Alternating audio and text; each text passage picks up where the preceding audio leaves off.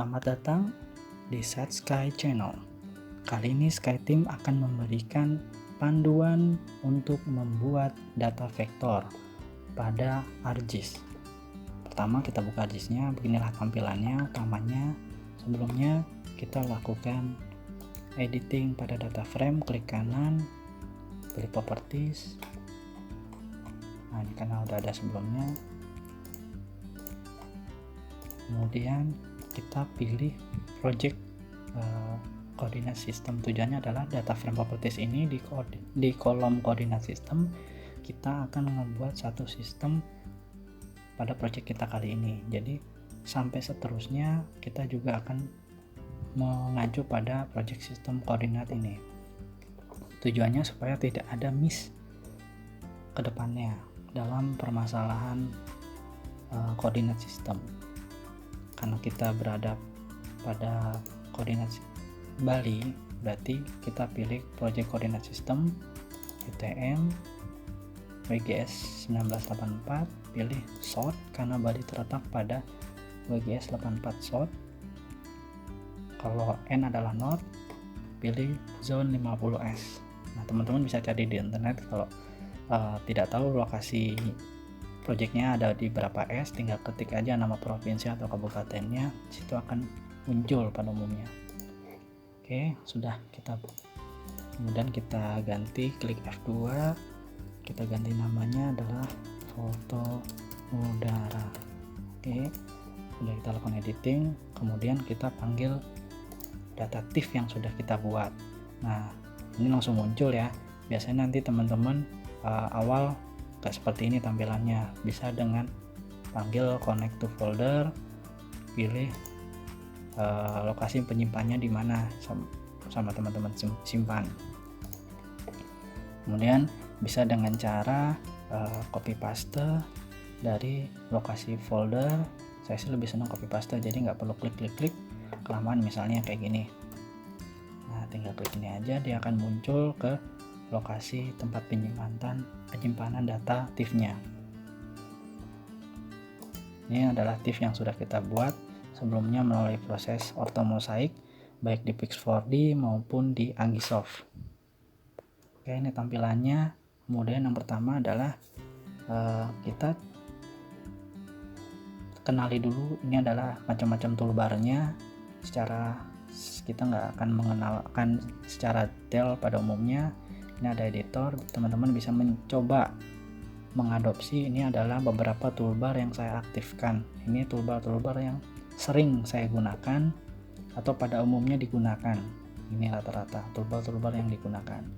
Teman-teman bisa melakukan checklist dan ditarik, geser-geser seperti ini. Kalau semakin banyak pasti semakin bingung dan semakin penuh isinya toolbar semua. Jadi gunakan yang penting-penting saja. Kemudian kita klik katalog ada sebelah kanan, kemudian kita pilih lokasinya, tempat penyimpanan kita. Saya pilih di sini, kemudian saya pilih new, klik kanan, new folder. Kita akan buat folder di dalamnya. Sini kita kasih nama SAP karena kita akan membuat data vektor. Nah, data vektor yang akan kita buat kali ini adalah data point, data polyline, sama data polygon. Sudah kita buat, ini kita pin aja ya biar nggak kabur ya. Kita bisa lakukan pin atau hide. Kemudian klik kanan, kita buat SAP point. Kita kasih nama di sini titik koordinat dengan feature tipenya adalah point. Kemudian deskripsi ini uncount koordinat kita harus rubah ya. Nah seperti yang saya sampaikan pada awal, kalau koordinat sistem ini perlu kita samakan keseluruhan dengan data frame yang kita olah. Jadi tujuannya supaya tidak ada terjadi missing koordinat sistem. Jadi masih ingat kan tadi kita melakukannya dengan cara project koordinat sistem, kemudian pilih UTM, pilih WGS 1984. Karena Bali berada di area South atau selatan, kita pilih South, dan kemudian kita pilih zone 50S. Oke, kita udah buat. Kemudian sama kita buat titik line, kita kasih nama saja garis ukur. Di polyline kita ganti juga, kita edit dengan lokasi yang sama 50S. Udah ketemu. Oke, lanjut kita akan buat poligon, sampai poligon, kita pilih poligon, kita ganti nama area tambak, kita lakukan edit, pilih project coordinate system, UTM PS84 Southern. Ini Indonesia itu terbagi antara North dan South maupun beberapa negara lain, jadi teman-teman bisa misalnya berada di area lain, di area North. Ini informasi ini bisa teman-teman dapat dari internet, tinggal search aja nama lokasinya atau nama provinsinya. Nah, 50S, oke.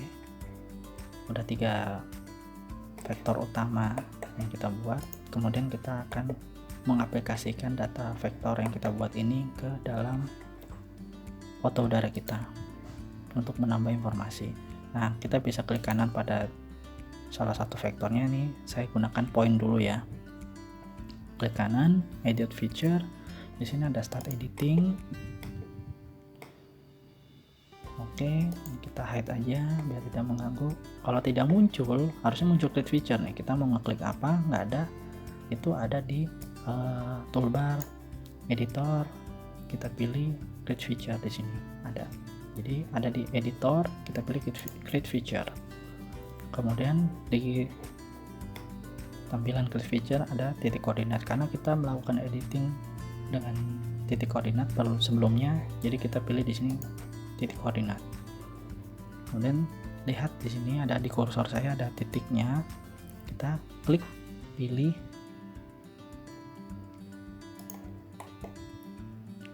di batas-batas tertentu saja. Di sampel ini saya buat 4 titik aja, nanti teman-teman bisa silahkan coba buat berapa titik. Oke, sudah 4 titik. Kemudian saya di editor, save, stop. Oh ya, nanti selama melakukan editing data-data vektor itu semua ada di kolom editor, jadi teman-teman bisa menggunakan atau mengeksplor lebih di kolom editor ini. Semuanya ada di sini untuk melakukan editing. Kemudian kita edit garis, sama kita lakukan cara yang sama, start editing, klik data garis.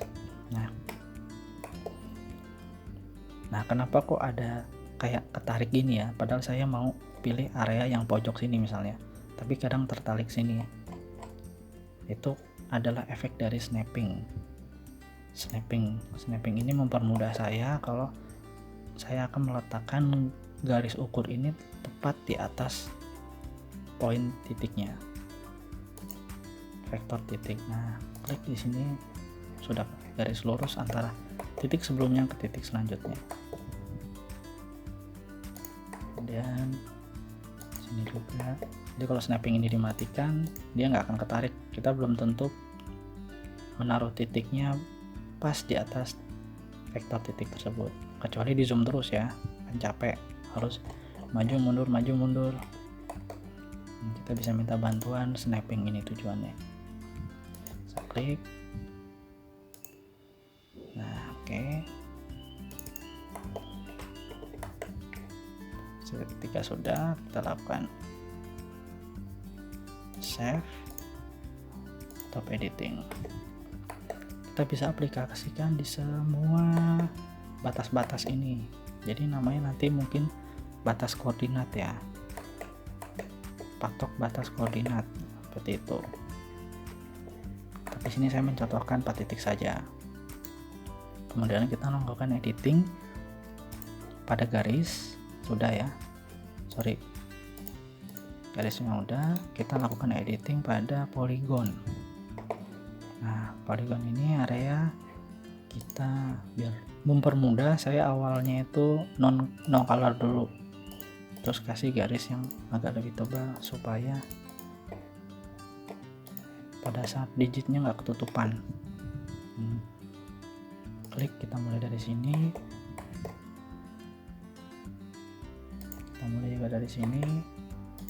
kita ingin mengetahui nantinya seberapa luas sih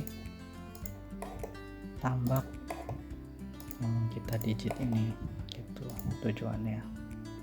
Jadi saya akan melakukan digitasi on screen. Walaupun ini foto udaranya hasilnya adalah miring ya, sebenarnya tidak tegak lurus, tapi nggak apa-apa, kita ikuti saja bentuk dari penampakan yang ada.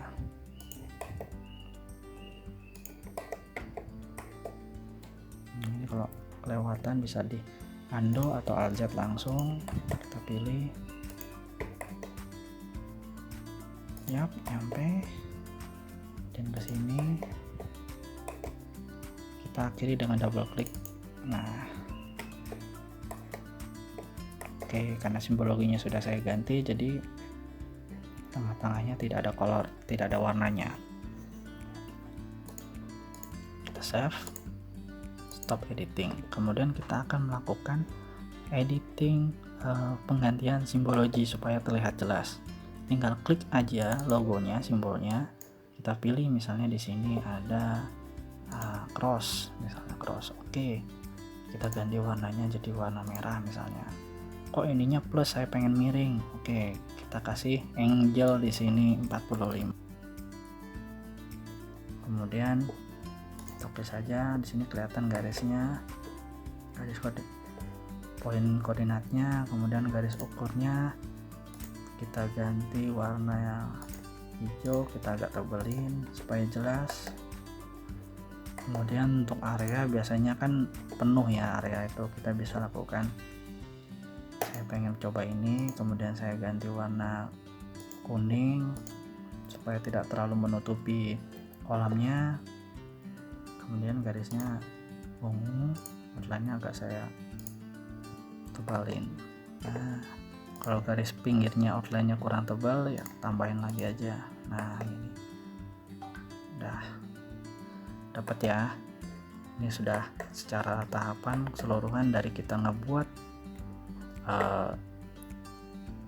vektor poin, garis, dan poligon. Kemudian kita ganti secara simbologinya. Oke, kita periksa, kemudian kita bisa lakukan save. Project kita sudah selesai ya. Terima kasih telah mengikuti tutorial dari SiteSky. Harapannya teman-teman bisa mengaplikasikan langsung, mencoba langsung. Terima kasih, jangan lupa untuk subscribe, like, and share ya. Kalau link ini bermanfaat bisa di-share ke teman-temannya untuk bisa memulai melakukan pemetaan dengan sangat mudah. Sampai jumpa di tutorial selanjutnya.